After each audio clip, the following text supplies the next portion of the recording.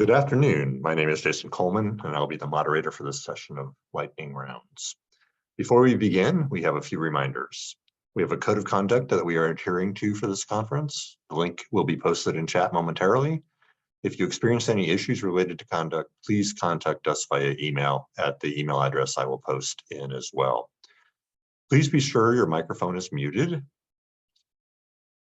I will hold all questions until the end, and this session is being recorded.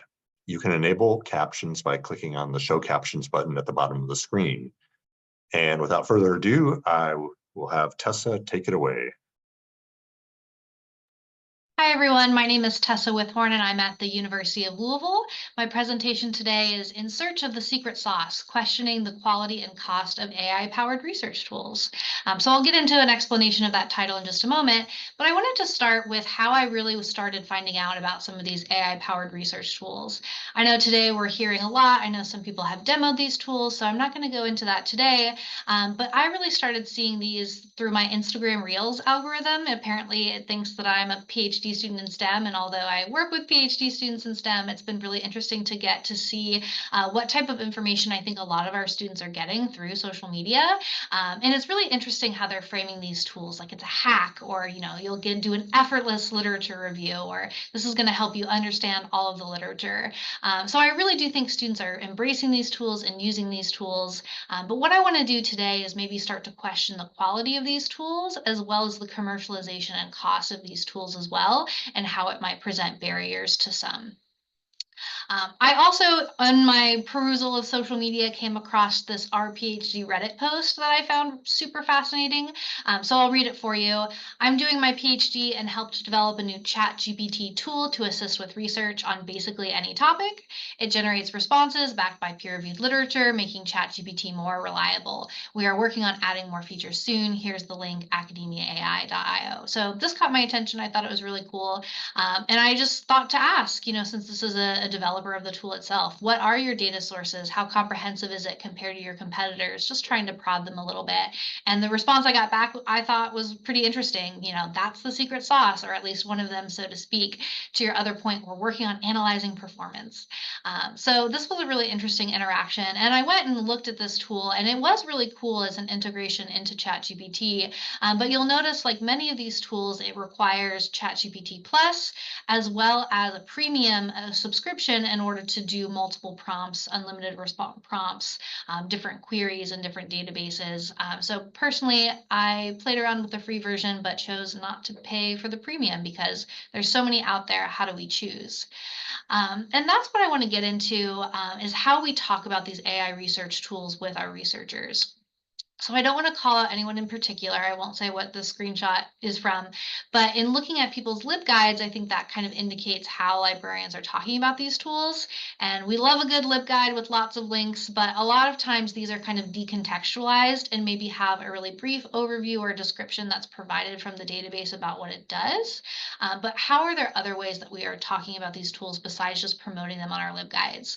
So feel free to add, side conversations in the chat. Do you talk about these AI-powered research tools in your classes, on your LibGuides?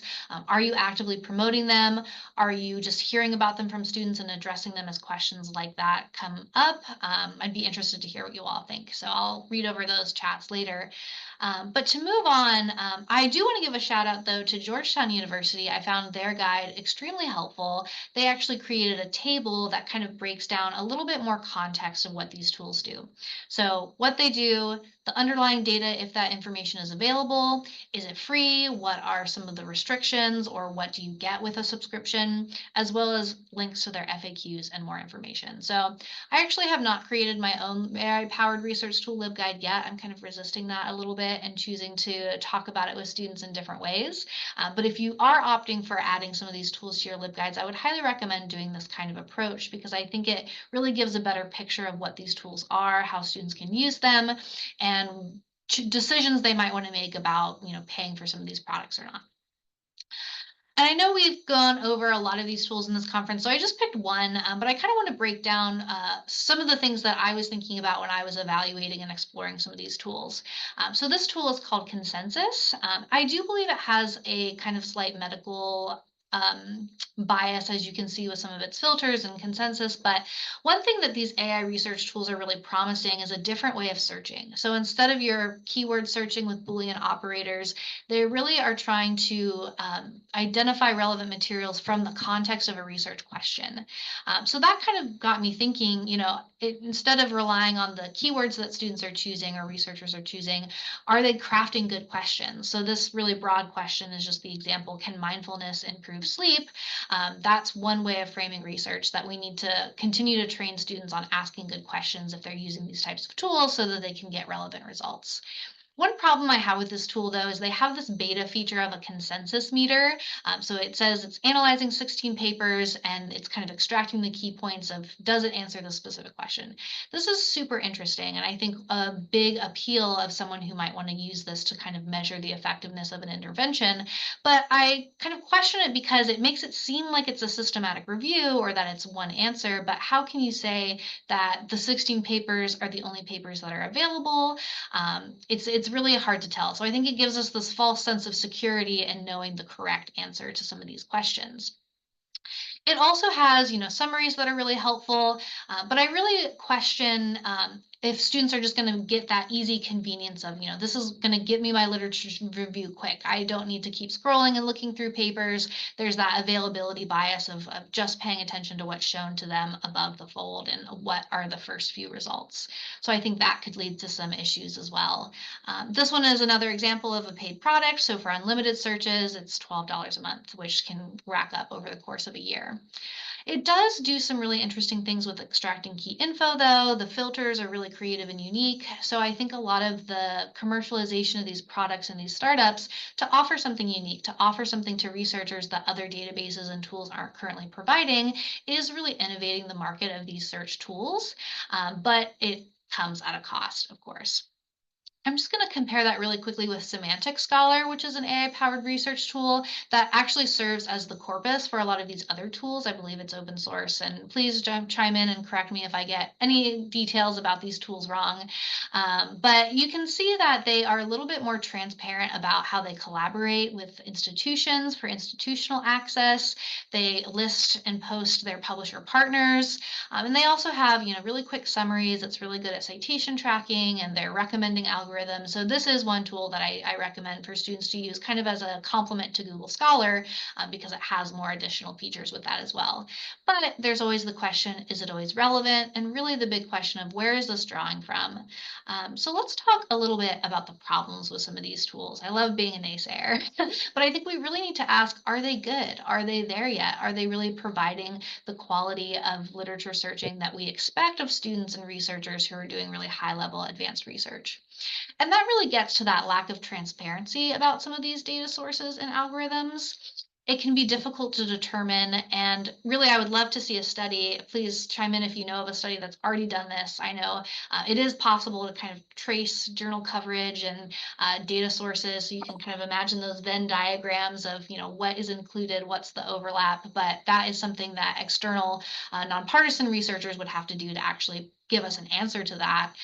But I really have a strong suspicion that it's drawing from open data sources and publications. And of course, we love the open access movement. We love open scholarship, but there's still a ton of scientific and, scholarly information that's behind paywalls. They could be behind different source types like patents or gray literature. There's just a lot of, bias in these tools for those open access STEM medicine information. I know Semantic Scholar, though, is trying to increase social science and arts and humanities, but this seems to be the big driver. It's also a bummer that a lot of these aren't working with libraries for full text integration, so it kind of limits researchers to what they can only immediately and access in the moment, and really starts to remove researchers from the library entirely. I really have a sinking suspicion that a lot of my STEM students just go to Google Scholar or just go to some of these AI tools and completely don't think about the library and our offerings, or preprint servers and their offerings, or some of these other tools that they really need to be able to get a broad sense of the literature. But really my main issue is this whole pay-to-play model, and that really disadvantages under-resourced researchers. I work at an R1 university, but a lot of our researchers can't even pay small article processing charges for their publications. So are they going to bake into that cost using some of these AI research tools? I would love to do a study to hear like who's actually paying for this stuff. And that goes to show that there is maybe a growing but limited amount of institutional support for some of these licenses. Some of them don't even offer enterprise accounts, so that's an issue as well. But for those that do, it really is navigating libraries with these tight budgets. We're cutting collections, we're cutting databases. How are we supposed to afford these AI research tools that we don't know if are even going to exist in a couple years from now? So there's this tenuousness of the products themselves. I will say our research office purchased Dimensions, which is an AI research tool that does a lot of institutional research, but it also has kind of like database searching with different indexes and different source types. So it is a cool tool, but they made that decision totally without the library. And we kind of later were like, well, this is a database. Like, what made you choose this? You know, can we be a part of that implementation and training process? So the decisions of how these tools are made are very interesting. But my last concern is that I really do worry that it will lead to a shallow understanding of the literature and really encourage that publish or perish mindset of we gotta do manuscripts quickly, we gotta get it out, we gotta get it published. And while the rapid speed of research is helpful to the pursuit of knowledge, I've heard even tenured faculty say, you know, I know my students are using these tools. I don't really think they're engaging with the literature as much as I did when I had to go to the library and search through chem abstracts and find all the papers and sit down and highlight and really engage more fully. So I think to get to some of the solutions to these problems, we really just need to talk to researchers about these things. Anytime you talk about research, mention AI tools, see if people have heard of them before, if they're already using them. But when you're talking about them, really take a balanced approach. When you're talking about this, talk about the cool features, say, wow, this is so great. I hope this saves you a lot of time. I found this tool really helpful. But you may not want to limit yourself to just this tool because it has these limitations. And in that way, you can incorporate some of these criticisms in your classroom instruction, adding that context to LibGuides that I was talking about. But aside from that, you also do really need to stay up to date. I'm sure other people at this conference has said this as well. You know, changes happen so rapidly. Things go from .orgs to .coms and get different tiers of subscriptions very quickly. So I think that's just something to be aware of. If we're promoting a tool that used to be free and now it's paid, we need to make sure that we're still talking about that limitation. And I think you can also do what I do, comment and try to talk to these developers to kind of say more and like about their tools, try to make deals, try to help them improve their UX. You know, we have a voice as consumers of these tools as well to try to shape, you know, how they operate. And then, you know, I was still kind of thinking, well, like, where's the money going to come from? Like, I think that's still the main thing. So, you know, I haven't personally done this, but you could suggest that researchers put grant funding lines for some of these tools in their grants. I think that is probably possible. Or there may be larger library systems that can look at consortial agreements for some of these enterprise subscriptions. So I'm just going to wrap up today with two really practical takeaways. I left this dragon in here because I thought it looked cool, but here's a little script of, you know, kind of what I say to students when I talk about these things. But AI research tools can give you relevant information fast and save you a lot of time when trying to read lots of papers. However, be sure to consult other credible sources and make sure you haven't missed anything by only using one or two limited tools. Make sure you're still engaging with the literature. And then if you want to go in a little bit more deep, caveat, I have not done this yet. I don't have as many instruction opportunities as I would like, but I did develop this activity that I would love to see other people use and adapt, but I call it Is the Price Right? So basically, and this would work probably the most well in an in-person setting, but you could put students into groups and give them an envelope with fake little paper money. So maybe one group has $50, one group has $100, and have them investigate these different AI research tools. You could either provide a list or have them go out and find them on their own. You could even have a guided handout to ask questions like, you know, what is the, you know, what do you get for a subscription to this tool? What do you get with the free version? Try a search in your discipline. Was it relevant results, to kind of guide them through that evaluation process? But then in their sharing out, have them provide a rationale for why they chose to subscribe to a particular research tool or not, based on what they could afford. Not only does this help students kind of get through and engage with some of these research tools with their strengths and limitations, but it also provides an opportunity to talk about information privilege and how these subscription models of AI tools present barriers for under-resourced researchers, which we know disproportionately affects people of color, people of different abilities, people with different institutional contexts that are underfunded, and really talk about how these things differ from traditional library resources. So I'm at time. I'll kind of flash my screen here. I will mention in the chat there's that resource feature in Zoom. I went ahead and added a PDF of my slides there as well. So feel free to add questions to the chat and I'd be happy to answer them. Otherwise, I'll take it to our next presenter. Thank you. So I'm going to share my screen real quick.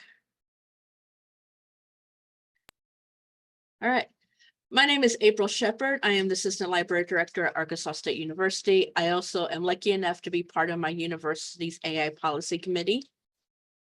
And I'm Matthew Mayton. I'm the archivist at Arkansas State University. All right. We're going to very quickly go through the following things. We're going to do some policy considerations, AI literacy, acceptable use of AI in the classroom, syllabus statements, guidelines for the use of AI detection tools, and then library policies. So when developing a AI policy for your institution, here's some considerations. The first one is you got to address it. Students are using AI. AI is here to stay. It's not going to go away. So you have to try and get ahead of it and start addressing it. Your policies need to accommodate a wide variety of approaches and needs across various disciplines. So one size approach will not work. So what works in science does not work for art, does not work for business. And then your policies need to be adaptable because it's not just within disciplines or different disciplines, it's within the disciplines themselves. So one business class may be okay with AI and another one may not, or even within the same class. So one assignment using AI may be okay, and another assignment it's not. So it has to be fluid enough to be adaptable. Your policies need to be clear and transparent. This is one of those cases where you cannot give too much information, especially as everything is fluctuating so much. And then accept that your policy needs to change as AI changes. The committee that I'm on, we expect that we will look at our policy at least once a year for the foreseeable future. A lot of policies that I have looked at and that also on my team is, includes something called AI literacy. AI literacy refers to the effective and ethical use of AI technology and tools. And it goes beyond those technical skills that you've probably been hearing about for 3 days now, but also includes ethically acknowledging and citing AI use, understanding its limitations, and applying critical thinking skills to identify misconduct and appropriate use. A lot of campus AI policies will have a statement, such as this from Duke University. And this is a really good place for libraries to kind of come in at, because, we do a lot of information literacy anyways, and I think AI literacy is a component of information literacy. And I don't have time to read all this, but a lot of these links are going to different libraries. We also need to decide on the acceptable use of AI in the classroom. Faculty are experts in their fields. Colleges, departments, including the library, and individual faculty members should weigh in on the potential benefits of different approaches to the use of generative AI. And then we need to craft statements reflecting policies for our individual syllabi and assignments. The questions we need to ask when considering AI is, what might students gain or lose through the integration of generative AI in the course? And what aspects of AI skills and intellectual development do faculty want students to develop? And then the final is, what is more important, process or product? And I think a good analogy for this conversation is calculators. I had some math classes where we were not allowed to use calculators at all because the purpose was to learn the step-by-step and we didn't need to cheat.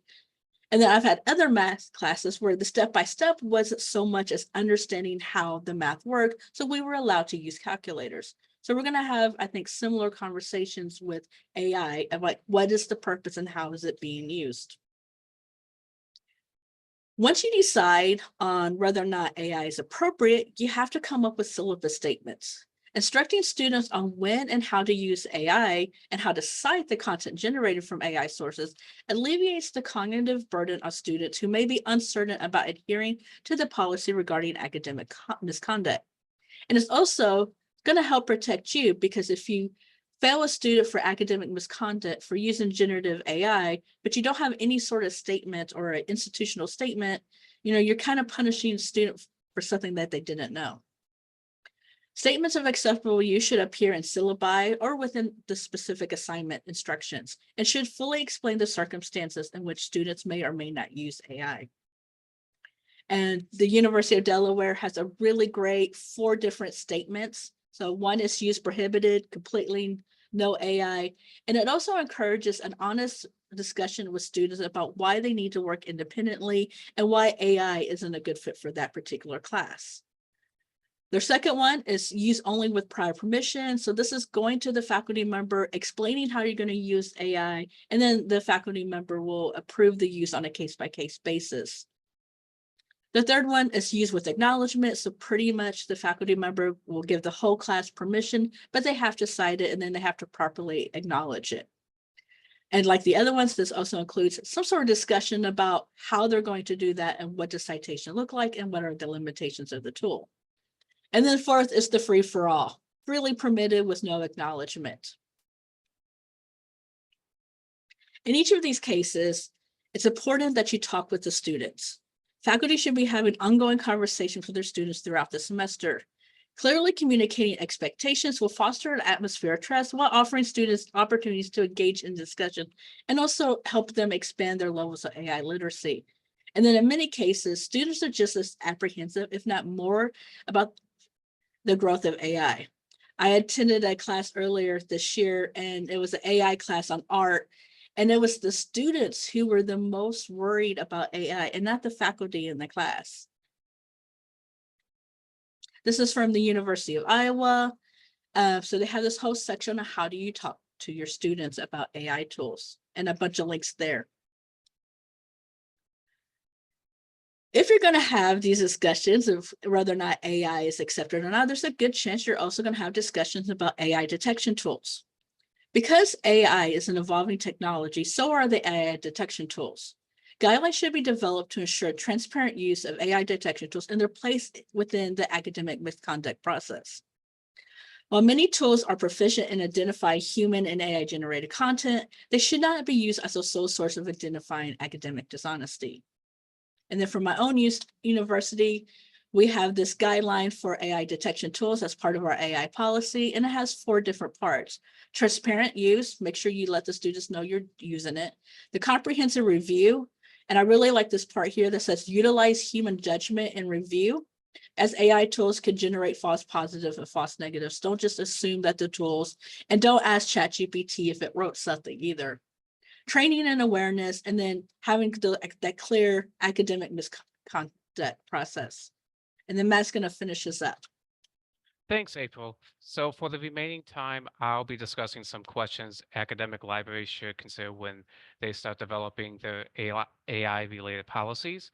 In preparation for this presentation, I contacted several libraries to kind of get an idea of where they were in the process of developing AI-related policies and if they had any internal policies. And the response I received from virtually everyone was the same.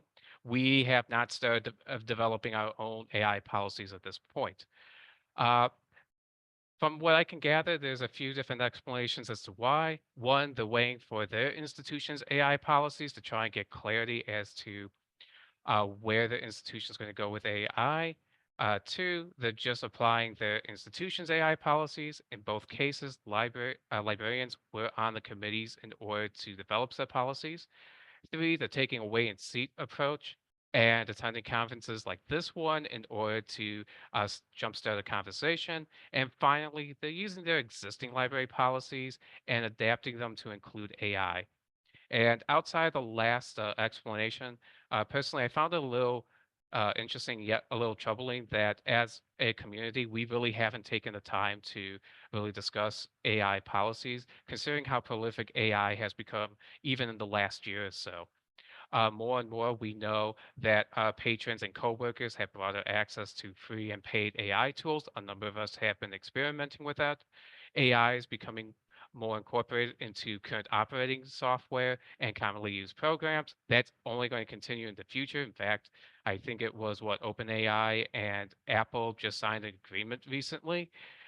And we can't ignore that vendors are coming to libraries with AI-driven solutions such as Scopus AI. So we really cannot wait to develop our policies. We need to be proactive in this effort. And I included a quote from an article in 2019 written by Amanda Wheatley and Sandra Hervex on how libraries have approached technologies in the past as an indication that we can't continue with this trend, that we really need to be at the forefront of this. Otherwise, we're going to just have larger hurdles to overcome at even just months from now. Next slide, please. Thank you.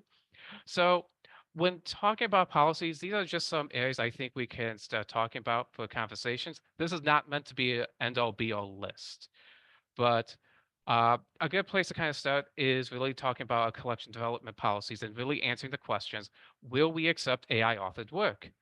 The U.S. Copyright Office currently does not copyright work if there's no human author. That does include graphics from graphic novels. Publishers like Cambridge currently have a ban on treating AI as an author.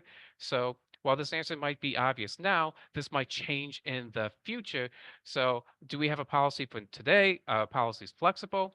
What about if we're a library that accepts material from our parent institution and they give us AI authored work? Are we going to is our policy covering that? Do we have exceptions for those sort of things? Or are we just having a blanket ban? What about when we have AI-read resources, such as books and articles? As we know, academic resources are not necessarily the most accessible, and having maybe programs or AI-read material that might be a little cheaper than, say, an audio version that might be hard to find, might be a good place to be to open up access. But if we have a policy banning AI authored work and some of those resources, does this include that? We also need to look at policies considering privacy and security, and what policies do we have in place to ensure input data that our patrons and coworkers use is private and secure, and what do we do if terms of service don't do that? Do we ban and disable those tools, or do we have limitations on them? We know free tools like ChatGPT, you can use input data to train its AI and make that available to generate data. Samsung had sensitive codes leak a couple years ago because the engineers used ChatGPT to check their codes. And organizations like the National Archive actually banned the use of ChatGPT because of that reason. Next slide. We also want to possibly have policies related to transparency. How transparent are we going to be about what tools we use that are AI and what algorithms are we using in order to help generate those results? Along with that, say, for example, the library, we have AI tools ourselves that we're using like chat boxes, and we're collecting input data. Are we going to be transparent on the use of that? Do we have policies in place that tell us what we do with that data, where it's going to be stored, how people may be able to access it and use and not use? What sort of policies do we have in that place? And finally, what roles and restrictions do we have for AI tools even in our workplace? What are we going to use these tools for, and what won't we use them for? If we have certain tools, what limitations are we going to have? Since many of us are in academic libraries, in this case, we probably have to worry about FERPA, HIPAA, especially if we're medical libraries, sensitive information, students' names, addresses, possible social security numbers. These are probably maybe account information. This is stuff that we probably don't want to include in the AI and AI tools, but if we don't have clear policies, that might be a little hard to do. And these clear policies, if there's a violation, it makes it a lot easier to discipline if need be. Other questions to consider: intellectual property and copyright, literacy, integrity, your institution's policies and unique needs. Again, this was really only a starting point, and this also comes with the understanding that we're probably going to have to make changes pretty frequently with how everything's going. And then I do want to give a special thanks to the libraries, librarians, and universities who responded and taking time to answer my questions about their policies. And thank you, everyone. We know it's the end of the day. I'll put a link to our slides, but we do have all of our references and all the policies that we shared in our slide. Thank you. Thank you. And then on to the next one.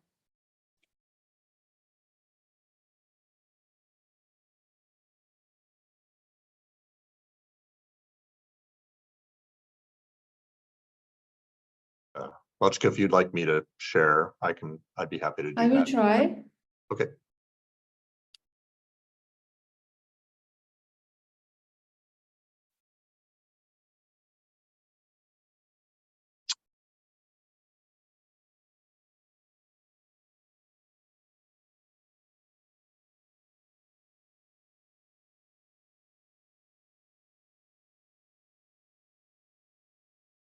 Here it is. Do you see it? Yes. Thank you. Hello, everybody. I'm Mojca Rupar-Korošec. I came from the National University Library, Slovenia. This is a country from Eastern Europe. I'm also the member of IFLA, Special Interest Group of Artificial Intelligence. And here is my presentation. I have all my focus on ethical AI in library. Before starting to think about the practical application of AI in libraries, there is a first look at data and the ethical aspects of its use as a key element for work and to what data refers. AI isn't perfect and can be biased based on its training data. Librarians should be aware of these limitations and communicate them to users. We are aware of the widespread of the use of AI, which has revealed numerous ethical issues from data and design to deployment. In response, countless broad principles and guidelines for ethical AI have been published, and following those, specific approaches have been proposed for how to encourage ethical outcomes of AI. Meanwhile, library and information services too are all seeing an increase in the use of AI-powered and machine learning-powered information systems. And we are all searching now best practical guidance for libraries to plan for, evaluate, or audit the ethics of intended or deployed of AI. Data ethics, as a new branch of ethics, examines and evaluates moral issues related to data, algorithms, AI, machine learning, programming, and relevant practices. Data ethics built on the foundations provided by information ethics and assesses data practices. We therefore report on several promising approaches for promoting ethical AI that can be adopted from other contexts to AI-powered information services and in different stages of the software life cycles. An important question is raised: what are the implications of data literacy for ethical librarianship? Data ethics is important for the collection, creation, analysis, and dissemination of structured and unstructured data. It also deals with intellectual property issues and concerns related to librarians, archivists, and information professionals. We in libraries can provide the ability to think critically about data in a different context and to reflect on the impact of different approaches to data and information. The AI literacy imperative is the assumption that today we have a critical need to understand and be able to use all those key aspects of AI literacy. When implementing AI in libraries, it is crucial to take care of ethical and security aspects, ensure data quality, and consider user needs and requirements. AI systems can collect and store a lot of data about library users, and it is important for us, librarians, to have developed policies in place to protect user privacy and security. This includes getting informed consent from users before collecting their data, and storing all those data securely and being transparent about how data is used.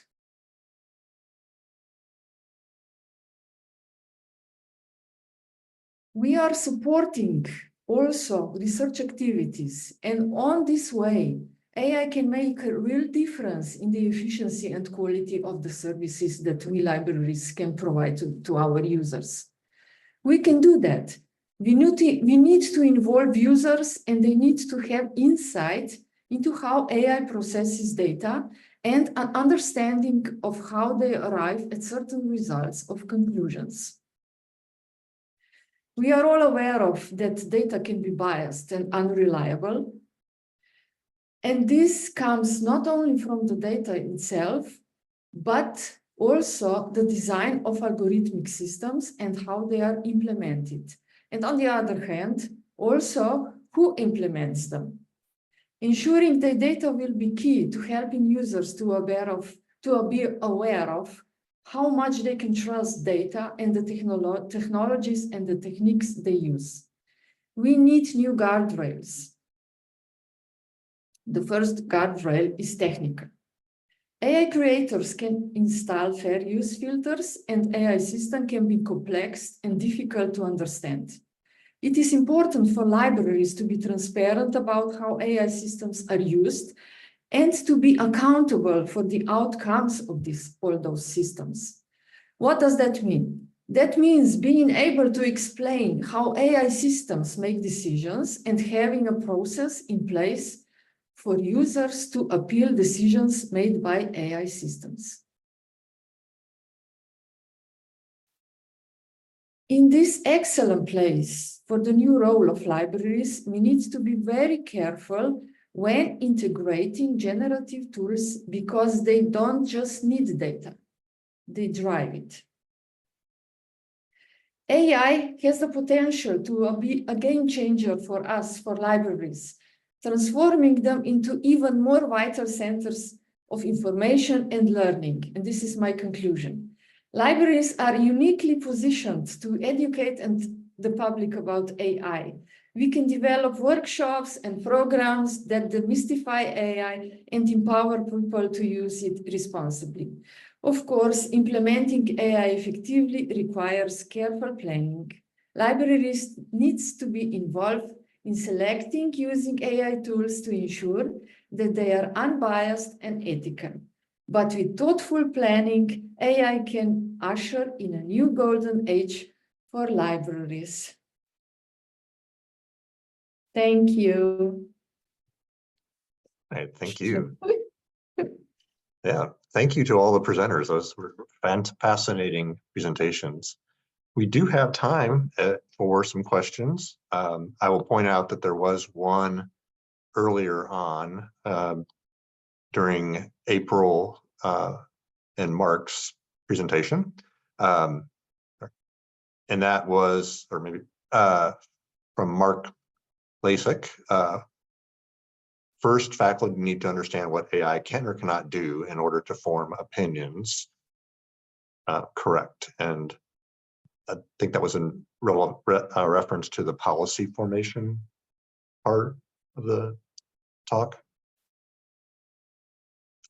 Yeah, there's definitely a hierarchy that is happening where a lot of decisions are being made at the administration level, then the dean level, then the faculty level.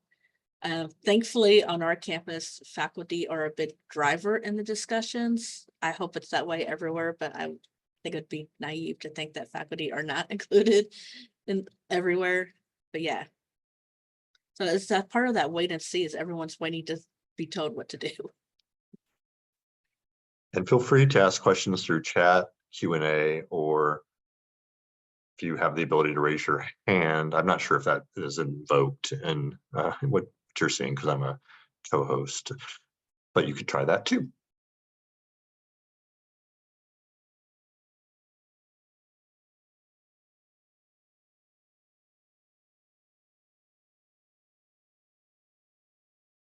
Are there any suggestions for places to consult to keep current on how AI is impacting higher education?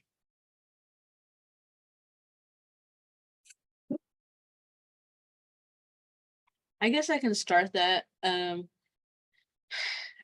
think it's the opposite. At least in my personal opinion, I feel like I'm being bombarded by AI stuff every single place. And, I know I've seen some Chronicle of Higher Education has done a bunch of things on AI, ACRL has done a bunch of stuff. And it's like every time I open my email, there's like 10 new AI related webinars. So I think the biggest challenge for me is going to be staying up to date with the tools and your universities without like overdoing it. I think it's going to be really easy for us to just burn out. For the AI tools, as someone mentioned, I think a lot of times if you have an account, they'll send out product updates as well. So just keeping an eye out for emails like that talk about new features or changes is good enough.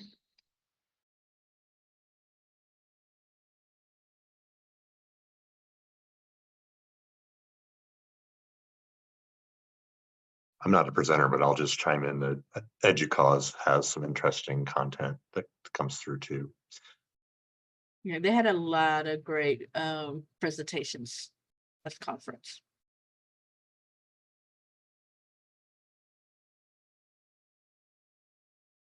All right, any other questions?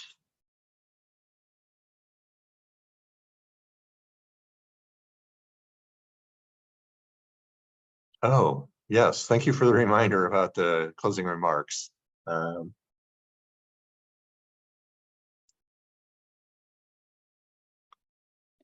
So those will begin at 3:45 Eastern. So we still have a couple of minutes for any remaining questions.